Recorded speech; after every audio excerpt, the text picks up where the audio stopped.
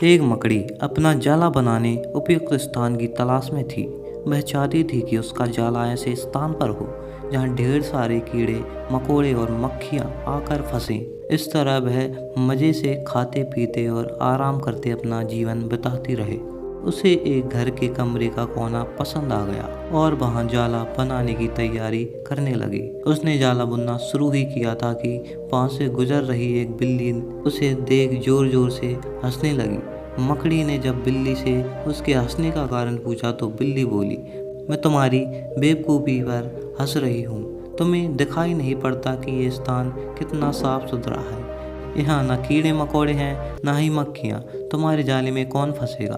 बिल्ली की बात सुनकर मकड़ी ने कमरे के उस कोने में जाला बनाने का विचार त्याग दिया और दूसरे स्थान की तलाश करने लगी।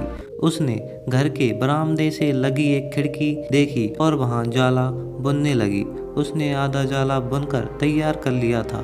तभी एक चिड़िया वहां आई और उसका मजाक उड़ाने लगी। अरे तुम्हारा दिमाग खराब हो गया क्या, जो इस खिड़की पर जाला बुन रही हो? तेज हवा चलेगी और तुम्हारा जाला उड़ जाएगा। मकड़ी को चिड़िया की बात सही लगी। उसने तुरंत खिड़की पर जाला बुनना बंद कर दिया और दूसरे स्थान ढूंढने लगी।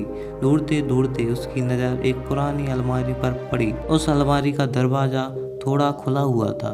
वह वहां जाकर जाला बुनने लगी। तभी एक कॉकरोच वहां आया और उसे समझाइश देते हुए बोला, इस स्थान पर जाला बनाना व्यर्थ है।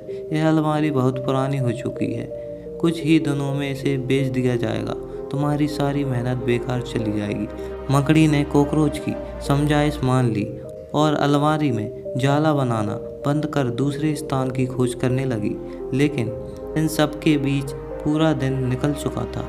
वह थक गई थी और भूख प्यास से उसका हाल बेहाल हो चुका था। अब उसमें इतनी हिम्मत नहीं रह गई थी कि वह जाला बना सके। थक हार कर वह एक स्थान पर बैठ गई।